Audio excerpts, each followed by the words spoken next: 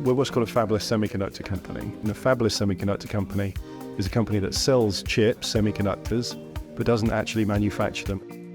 We design advanced processor architectures that fit into myriads of different applications.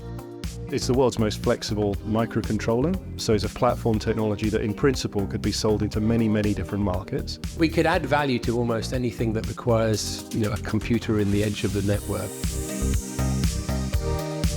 What our technology does is to allow software engineers to use a pre-existing semiconductor platform which we produce and modify it just using software to address all those different markets. So instead of using a time-consuming and expensive hardware development methodology, use a very fast, relatively cheaper software method.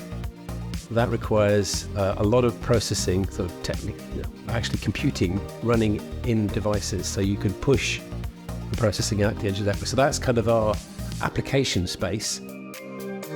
We design our own chip, we have our own particular architecture and our own special source in there. And then the rest of the operation here is working on applications that run on top of that processor to deliver all those kind of different uses.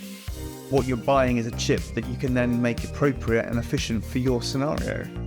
From the company's go-to-market perspective, we're being very deliberate. We started out in audio processing. We went from audio to voice. You can leave one foot in audio and say, that you use the brand equity that you built in that space to leverage into voice. And then we've gone from voice to voice AI. And then we've gone from voice AI into low frame rate imaging AI. So we've always had a sort of a deliberate continuity story. We're all about, delivering compute into a vast ecosystem of products. For us, it's that message around simplicity, about tailorability, about value for money and ease of use. XMOS is a very adaptive company. We have a basic technology which has a history, and we're able to quite rapidly adapt that technology to target new applications. And I think that's been the key to our success, as we've been able to spot opportunities and move to that. We have one chip, our XCORE, which serves a world of possibilities. With that one chip, it can be applied to a range of different markets and industries, whether that's in the smart home, smart cities, buildings, automotive, industrial. Our one chip can do it all.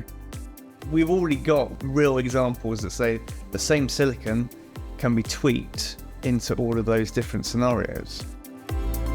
I think you find in XMOS the right mix, a company that's big enough to actually support an infrastructure to do development work. And we have real products, we have real customers, we're making money. At the same time, it's still small enough to be that startup ethos and the ability to make a difference. The next 12 months is about us raising capital. So to look at our go-to-market strategies beyond the kind of smart home and consumer segments, and just increasing that diversification. I think as a business, our ability to engage with partners and get them to use the processor in the way it's intended to be used, and to sort of help them understand how to do that and to give them the tools to do that. We're not trying to sell to end customers, we're trying to sell to people who will then use it to design the next generation of anything in this new exciting environment.